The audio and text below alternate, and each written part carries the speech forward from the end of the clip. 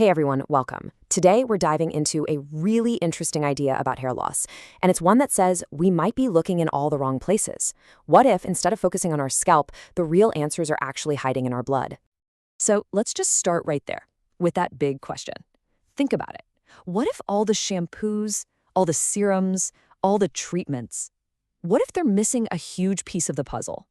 What if the real root cause of hair loss for a lot of people isn't external at all, but something happening deep inside? That's the idea we're going to unpack today. All right, so let's approach this whole thing like a detective story. We're going to treat hair loss not just as some random problem, but as a message, a signal our body is trying to send us. And the source material we're looking at today suggests there are some really important clues inside our bodies that are just getting completely overlooked. You know, it's totally natural.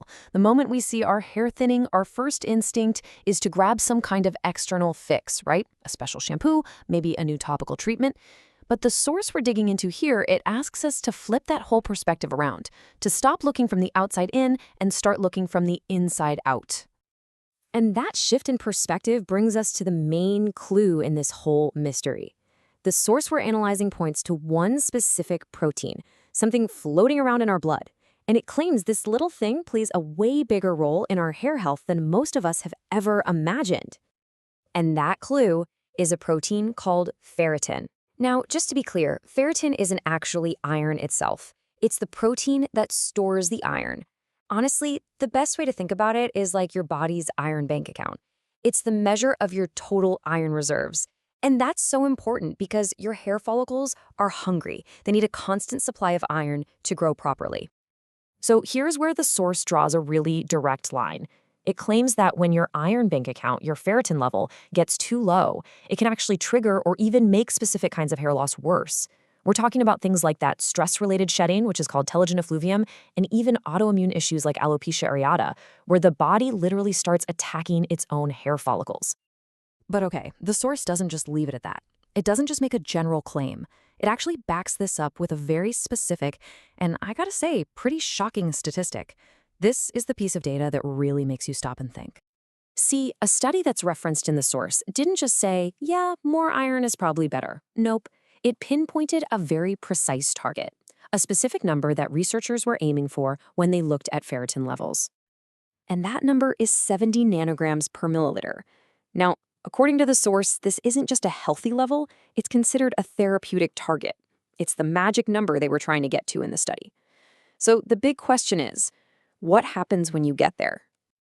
Well, hitting that target of 70 didn't just cause some minor, barely noticeable improvement. The source claims that the result was, well, it was massive, especially when it came to one particular hair loss condition.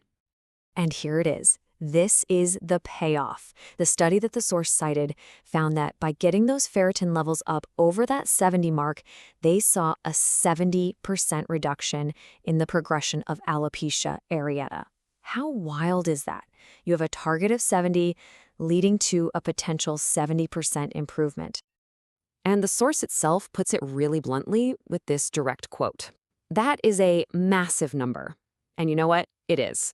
It really highlights the potential impact here, suggesting that managing just this one little number could have a truly profound effect.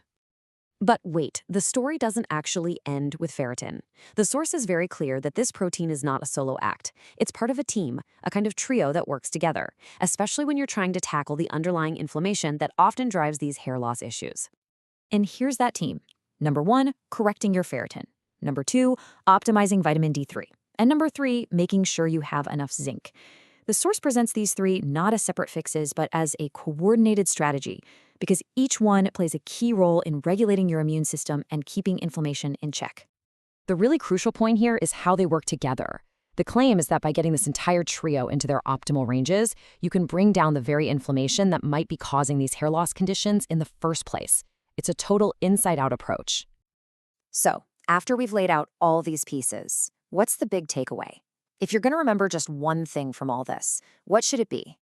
It's really this, a single, simple number from your blood work, something you can't see, you can't feel, something you'd probably never even think to look at, is being presented here as a critical lever for your hair's health. It's just a powerful reminder that sometimes our biggest health puzzles require us to look a lot deeper than the surface. And that really just leaves us with one final thought, doesn't it? If ferritin levels could have this kind of massive claimed impact on something like hair, what other invisible metrics are we overlooking inside our own bodies? What other keys to our health are just waiting there in the data, ready to be discovered? It's a pretty good reason to stay curious. Thanks for watching.